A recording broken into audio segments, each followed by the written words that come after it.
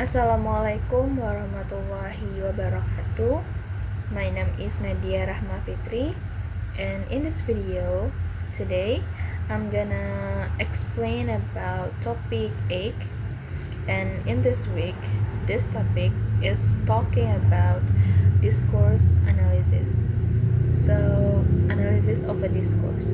So, I'm gonna try to explain based on what I know about this topic, and yeah, it has a learning focus on I learn, and I'm gonna try to explain it.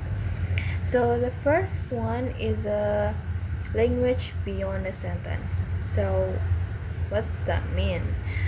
This refers to on how a language can be organized in a level, in a sentence level, like in a paragraph, in conversation, or a whole text. They can use like a connectiving, using a connectiving, like however, therefore, and meanwhile, to link and ideas. So they can use a connectivity, or they can applying applying applying something. I don't really remember, but it has an example like he, this, and that. So what the function of applying that thing is to tie a sentence together. The next one is about a genre or variety, genre or variety of discourse. So, genre or variety in discourse is mean a type or character category on of a communication uh, in a spoken interaction, in a conversation. So it's a type or category of communication. So for the example, we can look the narrative. Narrative is a genre that tell a story. They usually has a structure, has a, oh I have more explanation about genre. So genre is a type of or category of communication that specific has a specific purpose, audience, and a structure.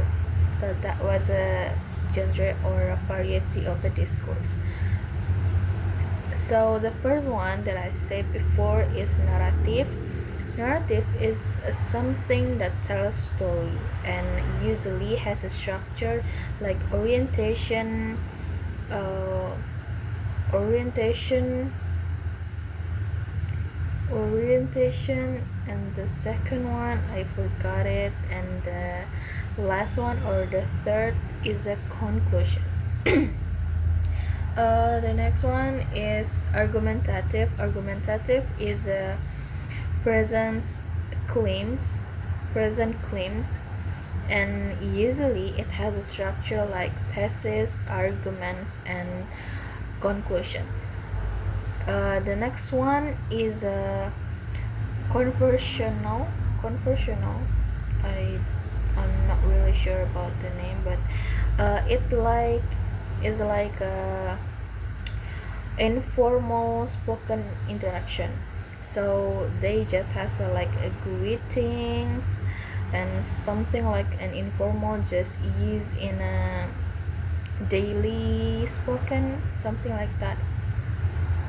The next one that we are gonna talking about is a structure of spoken discourse.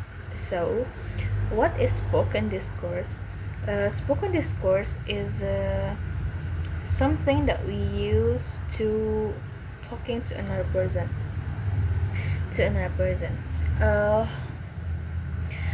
uh, it's like um, it's like can include like closing, opening and closing. Like when we open, we're gonna say hi, and when we close or closing one, we can say goodbye. The next one, the example is repairing. Repair is when we correcting the mistake or clarifying something. So when we repair something, we can use like I mean, or we can use like sorry, what I mean was something like that. And uh,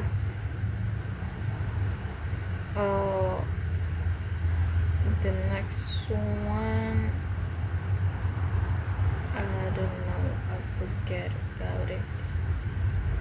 So the next one is adjacency pairs.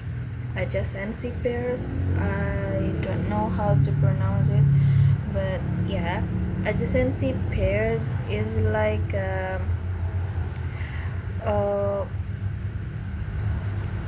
adjacency pairs is a two-part that exchange in a conversation when one person like me triggers another person to respond in a spontaneous one.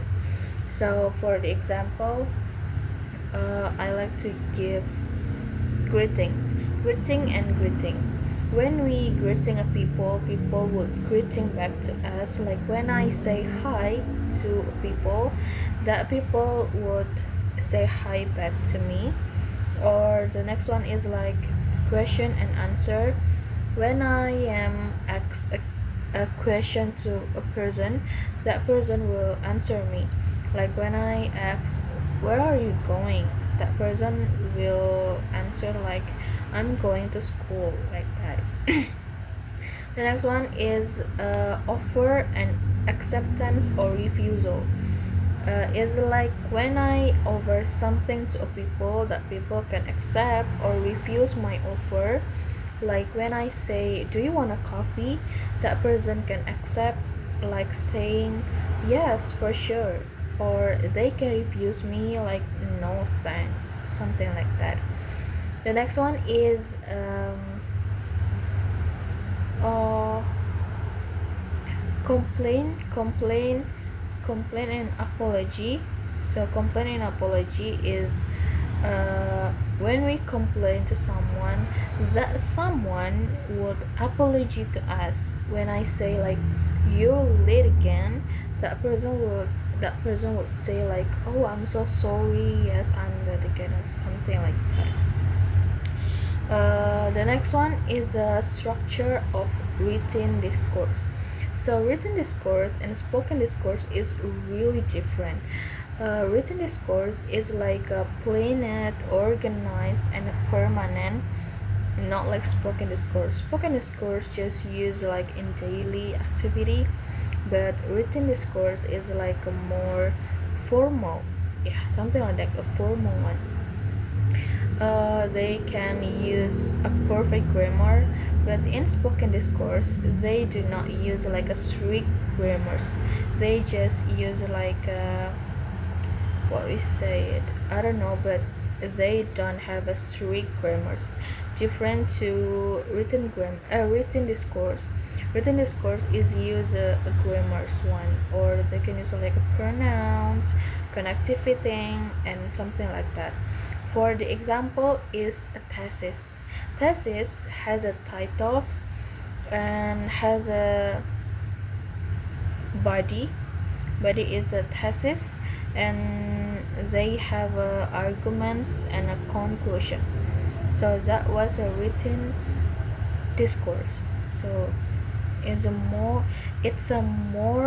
formal than spoken discourse. So that's all what I know about this topic this week. I'm so sorry if I got a mistaken. So that was I know about this topic. Thank you.